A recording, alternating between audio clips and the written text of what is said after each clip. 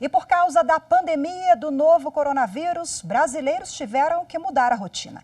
Alguns precisaram até desmarcar compromissos, como viagens e festas. Evitar aglomerações tem sido recomendado pelas autoridades de saúde para conter a propagação do coronavírus.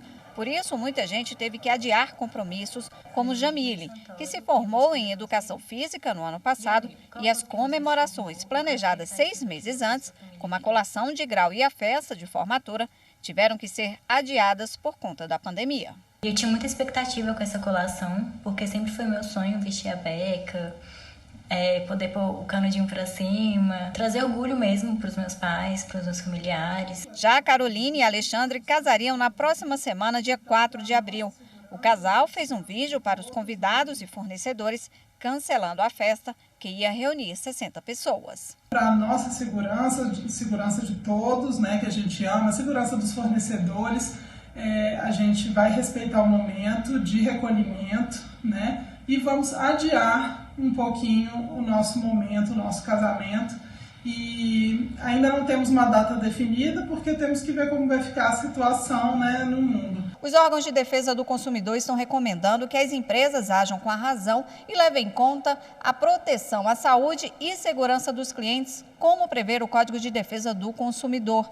Por isso, suspensões, cancelamentos e prorrogações de contratos estão de acordo com as recomendações das autoridades de saúde para combater a pandemia.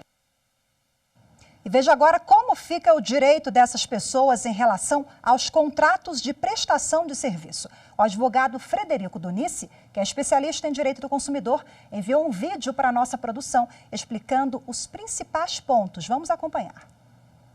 Em razão da pandemia causada pelo coronavírus que estamos vivendo, eventos como festas, shows, casamentos e formaturas estão sendo cancelados. Nesses casos, o consumidor tem que ficar bem atento e buscar uma alternativa menos prejudicial. Assim, o consumidor ou pode exigir a devolução do valor sem o pagamento de multa ou buscar outras alternativas de seu interesse, como a remarcação para o período posterior à utilização do crédito para compras futuras. Mas é bom ressaltar que o Código de Defesa do Consumidor tem como princípios básicos a boa-fé e a harmonia entre o consumidor e o fornecedor. Na prática, já temos visto algumas empresas se anteciparem e oferecer a remarcação dos eventos para assim que as autoridades municipais e estaduais encerrarem o isolamento social. Mas se de todas as tentativas de solução para o problema com o fornecedor, todas forem esgotadas, o consumidor deve procurar o PROCON ou o Poder Judiciário. Nos casos em que o consumidor já tenha pago boa parte do evento, ele poderá negociar com o fornecedor e pedir o adiamento do evento para uma data futura, sem aplicação de multa. Poderá ainda pedir a suspensão do pagamento até a designação de uma nova data para a realização do evento, após o encerramento do isolamento social.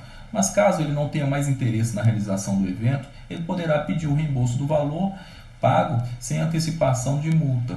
É importante lembrar que caso o consumidor opte por buscar a solução do problema junto ao Poder Judiciário, ambas as partes, tanto ele quanto o fornecedor, poderão alegar que deixaram de cumprir esse contrato por um motivo de força maior e assim caberá ao Poder Judiciário analisar o caso concreto. Devido ao isolamento social, as instituições de ensino têm optado por fazer aulas em modo EAD, que é o ensino à distância. Alguns alunos têm reclamado sobre a cobrança da mensalidade integral.